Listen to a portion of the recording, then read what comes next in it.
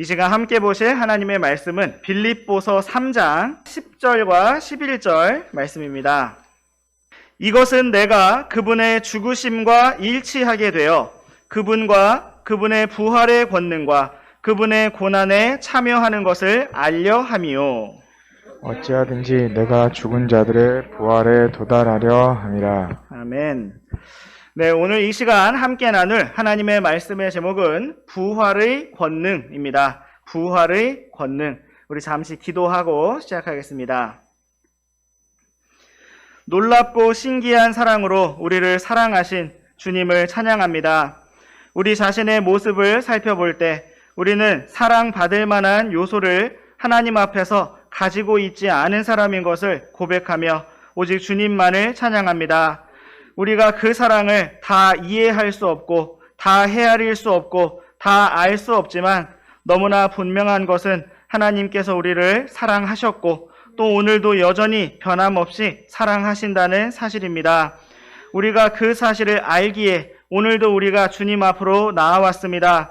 우리가 어떤 무거운 마음 또 복잡한 마음 어려운 문제들을 가지고 나아왔든지 이 시간 주님 발 앞에 다 내려놓고 안식을 얻으며 완전히 새롭게 될 수 있는 복된 시간이 될 수 있도록 주님 주관해 주시기를 원합니다. 우리가 살아계신 하나님 앞으로 나아왔사오니 기록된 말씀을 통해서 주님을 생생하게 만나고 또 새롭게 일어날 수 있는 복된 시간 될 수 있도록 주님께서 친히 주관하시고 이끌어 주시기를 원합니다.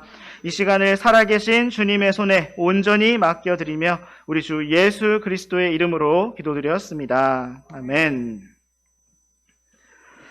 네, 오늘 말씀의 제목은 부활의 권능입니다. 세상 사람들에게는 없는 우리 그리스도인들에게만 있는 놀라운 소망이 있다면 그것은 바로 부활에 대한 소망입니다. 서양에서는 뉴에이지라고 하고 동양에서는 윤회사상이라고 하는 것이 있는데 그것은 바로 이 세상이 삶과 죽음이라는 관문을 통해서 무한한 수레바퀴처럼 계속해서 돌고 돈다는 것입니다. 누군가가 이 땅에서 살다가 죽으면 그가 어떤 삶을 살았는지에 따라서 더 좋은 것으로 더 좋은 환경에서 태어나든지 아니면 더 나쁜 것으로 태어나든지 한다는 것입니다. 그러나 성경은 무엇이라고 말씀하고 있습니까? 한 번 죽는 것이 사람들에게 정해진 것이고 그 뒤에는 심판이 있다고 분명하게 말씀하고 있습니다. 하나님 없이 살아가는 이 세상 사람들에게는 부활의 소망이 없기 때문에 단지 이 땅에서 살아가는 하루하루의 현실이 전부라고 할 수가 있습니다. 이 세상 사람들은 수많은 만화, 영화, 드라마, 이야기들을 통해서 다양한 인생 역전의 이야기들을 만들고 그러한 성공적인 이야기들을 보고 듣고 상상하면서 대리 만족을 느껴보려고 하지만 하나님이 없는 이 세상 사람들의 삶 속에서는 사실 아무런 소망이 없습니다. 또한 하나님 없이 살아가는 이 세상 사람들에게는 부활의 소망이 없기 때문에 사랑하는 친구와 가족들을 잃었을 때 그 절망과 슬픔은 이루 말할 수가 없습니다. 어렴풋이 어딘가 좋은 곳으로 갔을 것이라고 생각하면서 위로해보고자 하고 또는 다음 생애에 다시 만나자고 소망을 가져보기도 하지만 너무나 안타깝게도 주 예수 그리스도를 구원자로 믿지 아니하고 구원을 받지 아니한 사람에게는 아무런 소망이 없습니다. 이것이 바로 우리가 복음을 전해야 하는 이유입니다. 은혜로 구원을 받은 우리 믿음의 성도들에게는 확실한 부활의 소망이 있습니다. 우리는 이 땅에서 나그네요, 순례자로서의 삶을 다 마친 후에 하늘에서 주님을 만날 것을 알고 있습니다. 또한 주 예수 그리스도께서 공중에 재림하실 때 변화된 몸을 입게 될 것을 확실히 알고 있으며 주 예수 그리스도께서 이 땅에 지상 재림하실 때 주님과 함께 왕국에서 통치하게 될 것을 확실히 알고 있습니다. 우리에게 이토록 놀랍고 확실한 부활의 소망을 주신 주님을 찬양합니다. 오늘 우리는 하나님의 말씀을 통해서 사도 바울이 도달하고자 하였던 부활의 권능의 삶이 어떠한 것이었는지, 그리고 그가 바라보았던 영원한 부활의 소망이 무엇이었는지 살펴볼 것입니다. 주님의 말씀을 통해서 우리 또한 날마다의 삶 가운데 부활의 권능을 힘입기 원하고, 또 우리를 위해 예비된 영광스러운 부활을 바라보며 믿음으로 더욱 전진하기를 원합니다. 주님께서 이 시간을 주관하시고 은혜로 인도해 주시기를 원합니다. 이제 우리와 함께 오늘의 본문 말씀인 빌립보서 3장 10절과 11절 말씀을 다시 한번 읽어보시겠습니다. 이번에는 두 구절의 말씀을 우리 다 같이 읽어보시겠습니다. 시작! 이것은 내가 그분의 죽으심과 일치하게 되어 그분과 그분의 부활의 권능과 그분의 고난에 참여하는 것을 알려 함이요, 어찌하든지 내가 죽은 자들의 부활에 도달하려 함이라. 네, 우리가 계속해서 살펴보고 있는 빌립보서 3장 말씀은 사도 바울이 손실로 여기고 내버렸던 육체적인 자랑거리들에 대해서 기록하고 있고, 사도 바울이 그 모든 것들을 버리면서 얻어내고자 하였던 것들이 무엇이었는가를 말씀하고 있습니다.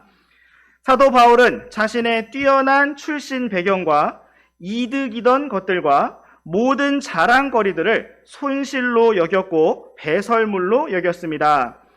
그 이유는 그가 그리스도 예수 내 주를 아는 가장 뛰어난 지식을 얻고자 하였고, 율법에서 난 그 자신의 의가 아니라 그리스도의 믿음을 통한 의, 하나님에게서 난 의를 소유하고자 하였기 때문입니다.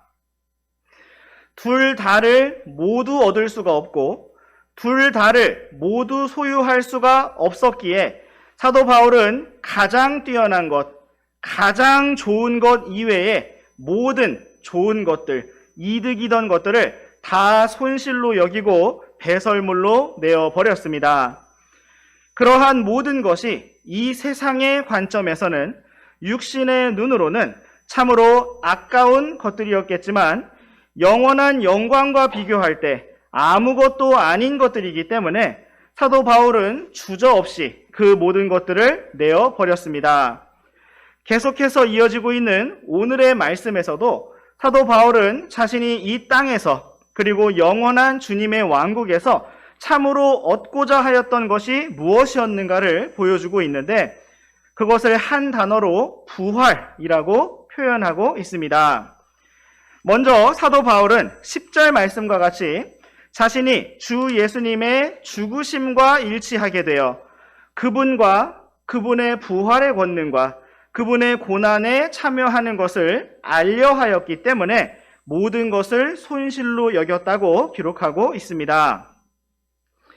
여기에서 사도 바울은 자신이 모든 것에 손실을 입는 것을 가리켜서 그분의 죽으심과 일치하게 되는 것이라고 표현하였습니다. 사도 바울은 단지 자신에게 유익했던 몇 가지를 버린 것이 아니었고 자기 자신에 대한 죽음을 받아들이고 주 예수님의 죽으심과 일치하게 되고자 하였습니다. 그것은 바울 자신이 신뢰하던 육체적인 모든 것을 내려놓고 자신에게 이득이던 것들, 자신의 지식과 의와 자랑과 명예와 자존심을 손실로 여기며 아무것도 아닌 자가 된 것이 곧 죽음에 이르는 것과 같았다는 뜻입니다. 이러한 죽음은 사도 바울이 인생에서 단지 한두 가지를 버리고 내려놓은 것이 아니라 자신의 전부를, 자기 자신을 완전히 포기하고 전적으로 부인하며 온전히 끝냈다는 것을 의미합니다. 또한 바울은 이것을 단지 죽음이라고 표현하지 않았고 그분의 죽으심과 일치하는 것이라고 하였는데, 이것은 영광의 왕이신 주 예수 그리스도께서 하늘의 모든 영광을 다 버리고 이 땅에 사람이 되어 오셔서 우리를 위해 또 우리와 함께 십자가에 달려 죽으신 바로 그 죽으심을 가리키는 것입니다. 이처럼 사도 바울은 주 예수 그리스도와 연합한 자로서 실제 삶 속에서 그분의 죽으심과 일치하게 되기를 원했고, 스스로 무명한 자가 되셨던 주 예수님처럼 모든 손실과 권리와 정당성을 다 내려놓은 채 아무것도 아닌 자가 되기를 원했습니다. 그렇게 다 잃어버려도 그러한 상황을 겸허히 받아들이겠다는 각오가 아니라 적극적으로 그렇게 되기를 원했고 그렇게 되고자 하였다는 것입니다. 오늘날 많은 성도들이 주 예수님의 부활의 권능을 직접 누려보고자 하고 참으로 그러한 생생한 권능의 삶을 살아보고자 하지만 그렇게 하지 못하는 이유가 무엇일까요? 그것은 먼저 주 예수님의 죽으심과 일치하지 않기 때문입니다. 너무나 옳고 훌륭하고 정당한 나 자신이 여전히 살아있기 때문입니다.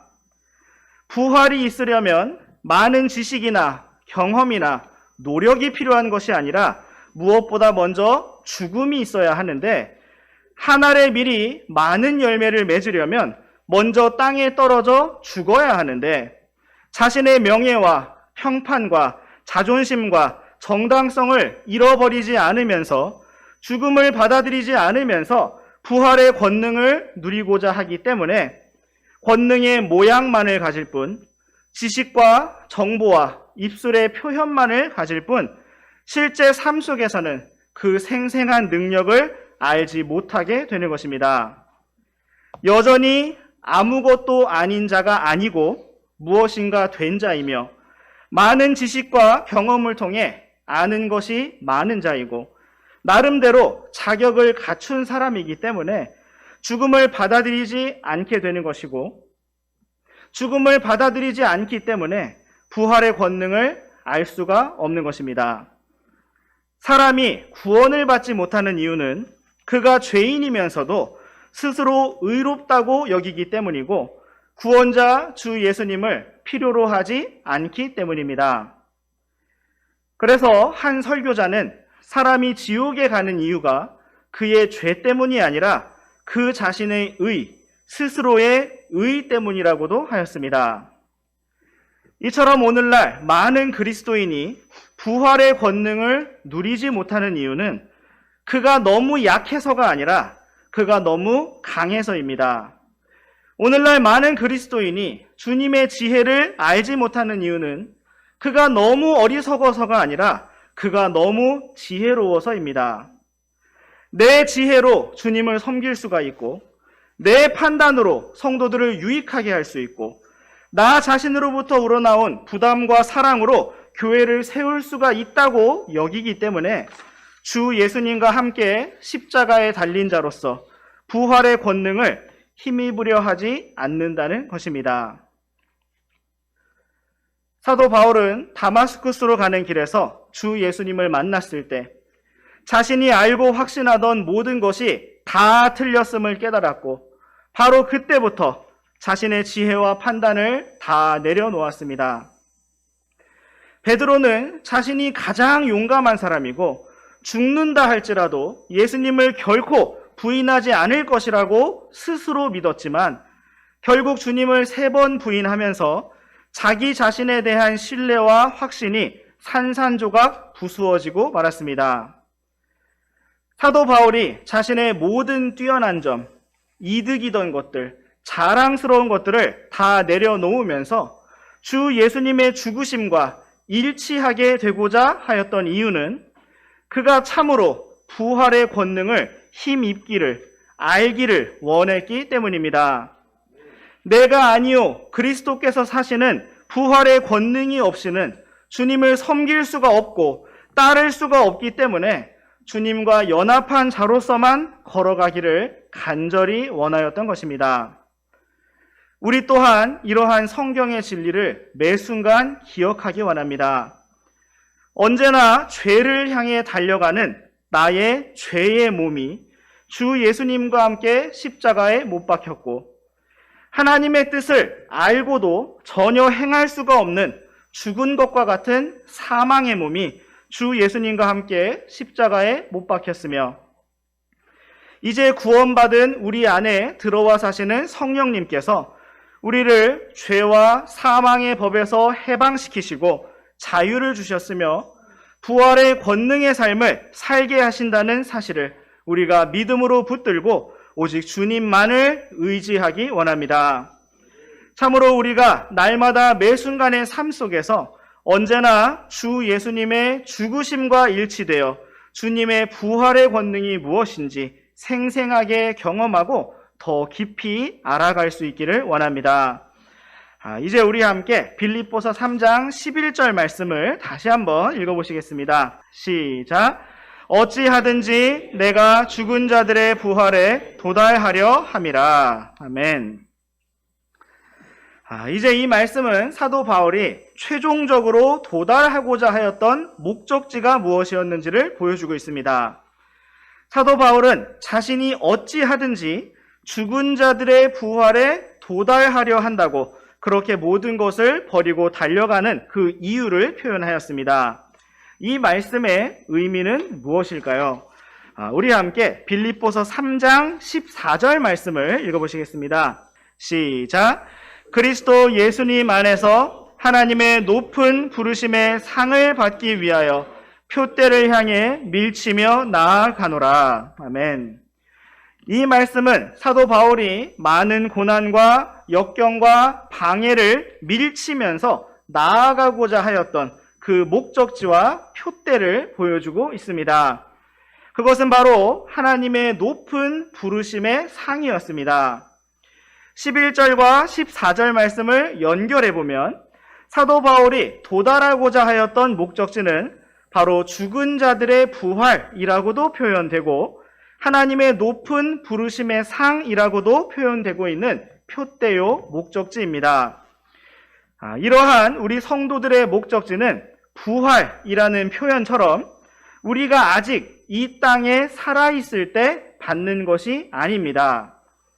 때로 우리는 이 땅에서 무엇인가 보상을 받고 많은 복을 받고 이 땅에서 좋은 것들을 누리기를 원하고자 할 때가 많이 있지만 성경은 우리의 목적지, 우리의 표대, 우리의 소망이 이 땅에 있지 않고 하늘에 있으며 장차 세워질 주님의 왕국에 있다고 말씀하고 있습니다. 물론 우리는 이 땅에서도 이미 넘치는 은혜와 복을 누리고 있음을 고백합니다. 그러나 성경은 우리에게 더 좋은 부활의 소망이 있음을 우리에게 말씀하고 있습니다. 우리 함께 성경의 부활장이라고 불리는 고린도전서 15장 말씀을 보시겠습니다. 먼저 고린도전서 15장 17절부터 19절까지 말씀을 번갈아서 읽어보시겠습니다. 그리스도께서 일으켜지지 아니하셨다면 너희 믿음이 헛되고 너희가 여전히 너희 죄들 가운데 있으며 따라서 그리스도 안에서 잠든 자들도 멸망하였느니라. 만일 우리가 이 세상 삶을 사는 동안에만 그리스도 안에서 소망을 갖는다면 모든 사람들 가운데 우리가 가장 비참한 자들이니라. 네, 사도 바울은 부활에 대하여 설명하면서 만약 우리 주 예수 그리스도께서 부활하지 않으셨다면 우리의 믿음이 헛것이 되고 우리의 죄들도 용서되지 않은 것이며 우리가 여전히 죄들 가운데 있는 것이라고 하였습니다. 또한 주 예수님을 믿고 그리스도 안에서 죽음을 맞이한 잠든 성도들도 부활의 소망이 없는 것이기 때문에 멸망한 것이고 다 끝난 것과 같다고 하였습니다. 또한 19절 말씀처럼 만일 우리에게 부활의 소망이 없다면 이 세상 삶을 사는 동안에만 그리스도 안에서 소망을 갖는다고 할 것 같으면 모든 사람들 가운데 우리가 가장 비참한 자들이라고 하였습니다. 부활의 소망이 없다면, 영원한 영광이 없다면 우리가 이 땅에서 모든 것에 손실을 입고 자신을 부인하며 아무것도 아닌 자가 되는 것이, 겸손과 섬김의 삶을 사는 것이 참으로 비참하다는 것입니다. 그러나 이 모든 것을 반전시키는 사실은 무엇입니까? 우리에게 확실한 부활의 소망이 있다는 것입니다. 이 땅에서의 모든 손실과 고난을 아무것도 아닌 것으로 만들고 오히려 더 큰 영광과 보상으로 기뻐하게 만들어주는 것이 바로 부활의 소망입니다. 이 소망이 있기 때문에 우리는 모든 사람들 가운데 가장 비참한 자들이 아니라 가장 행복한 자들입니다. 그런데 사도 바울은 어찌하여 자신이 죽은 자들의 부활에 도달하기 위해서 그렇게 모든 것에 손실을 입고 믿음의 길을 달린다고 하였을까요? 이미 구원을 받은 모든 성도들은 주 예수님께서 공중에 재림하실 때 부활의 몸을 입고 다시 일어나게 될 텐데 바울은 왜 그것을 위해서 모든 것을 버리고 달려간다고 하였을까요? 우리 함께 고린도전서 15장 41절과 42절 말씀을 한 구절씩 번갈아 읽으시겠습니다. 해의 영광이 이러하고 달의 영광이 저러하며 별들의 영광이 또 다르니 이 별과 저 별이 영광면에서 다르도다. 죽은 자들의 부활도 이와 같으니 그것은 썩은 것 가운데서 뿌려지지 썩지 않은 것 가운데서 일으켜지며. 네, 이 말씀에서 우리는 죽은 자들의 부활에 대한 추가적인 설명을 볼 수가 있습니다. 그것은 바로 해와 달과 별들의 영광이 서로 다른 것처럼 죽은 자들의 부활도 그와 같을 것이라는 사실입니다. 주 예수님께서 다시 오실 때에 그리스도 안에서 잠든 성도들이 다시 일어나고 살아남아있는 성도들 또한 죽지 아니하는 죽음을 초월한 변화된 몸을 입게 될 것입니다. 그런데 성경은 그러한 부활의 모습이 단지 그렇게 모든 성도들에게 다 똑같이 적용되는 것이 아니라 각각의 성도들이 서로 다른 영광을 가지게 될 것이라고 말씀하고 있습니다. 누군가는 해처럼 눈부시게 빛날 것이고 또 누군가는 달처럼 빛날 것이며 또 누군가는 별들처럼 빛날 것이라고 말씀하고 있습니다. 사도 바울이 이 땅에서 모든 이득이던 것들을 버리고 모든 것에 손실을 당한 것은 그가 무기력하게 단지 모든 것을 필요 없어 하고 다 포기했기 때문이 아니라 가장 좋은 부활, 가장 빛나는 부활, 가장 영광스러운 부활을 얻고자 하였기 때문입니다. 우리 함께 또한 성경의 믿음장이라고도 불리고 믿음의 전당이라고도 불리는 히브리서 11장 말씀을 보시겠습니다. 히브리서 11장 35절 말씀을 우리 함께 읽어보시겠습니다. 시작. 여인들은 자기들의 죽은 자들을 다시 살려서 받기도 하고 다른 이들은 고문을 당하되 더 좋은 부활을 얻으려고 구출받기를 원치 아니하였으며. 네, 히브리서 11장 말씀은 창세기의 아벨로부터 시작하여 우리 앞서간 믿음의 사람들이 어떻게 주님을 믿고 따라왔는지를 기록해주고 있습니다. 믿음의 조상 아브라함은 19절 말씀에 기록된 것처럼 가장 먼저 부활의 믿음을 가졌던 사람이었습니다. 또한 우리가 지금 함께 읽은 35절 말씀에서는 믿음으로 인해 고난을 받았던 이들이 더 좋은 부활을 얻으려고 구출받기를 원치 않았다고 기록하고 있습니다. 믿음의 성도들이 가졌던 믿음과 소망은 이와 같은 부활에 있었고 또한 더 좋은 부활에 있었습니다. 사도 바울은 이처럼 더 좋은 부활을 얻으려고 더욱 뛰어난 영광, 더욱 찬란한 보상을 받으려고 그렇게 밀치며 나아갔고 모든 것을 기꺼이 내어버리며 달려갔던 것입니다. 우리도 이러한 더 좋은 부활을 향해서 날마다 한 걸음씩 힘차게 나아가기를 원합니다. 오늘 우리는 새해의 첫 번째 기도회로 모였고 부활의 권능이라는 제목으로 하나님의 말씀을 살펴보았습니다. 오늘 우리는 이 땅에서 그리고 영원한 주님의 왕국에서 누릴 수 있는 두 가지 측면에서의 부활을 살펴보았습니다. 먼저 오늘 우리가 이 땅에서 원하고 바라고 기도하는 것은 우리의 삶이 주 예수님의 부활의 권능으로 가득 차게 되는 것입니다. 또한 우리가 참으로 바라보고 사모하는 것이 있다면 이 땅에서 잠시 동안 누리는 부귀 영화가 아니라 영원히 누릴 더 좋은 부활의 확실한 소망입니다. 사도 바울은 계산하기를 그러한 부활의 권능과 부활의 소망을 얻기 위해서 이 땅에서의 모든 이득이던 것들을 내어 버리는 것이 훨씬 더 유익하다고 결론을 내었습니다. 주님께서 우리에게 지혜와 계시의 영을 넘치게 부어주시고 우리의 눈을 활짝 열어주셔서 하늘의 영광을 또렷이 보고 우리의 소망과 결말이 무엇인지 우리가 더 생생하게 알아서 참으로 부활의 권능과 소망을 향해서 날마다 더욱 가벼운 발걸음으로 더욱 힘찬 발걸음으로 달려갈 수 있도록 이끌어 주시기를 원합니다. 그렇게 주님을 향해서 올해도 힘차게 달려가는 그러한 복된 한 해가 우리 모두에게 있기를 원합니다. 기도하고 마치겠습니다.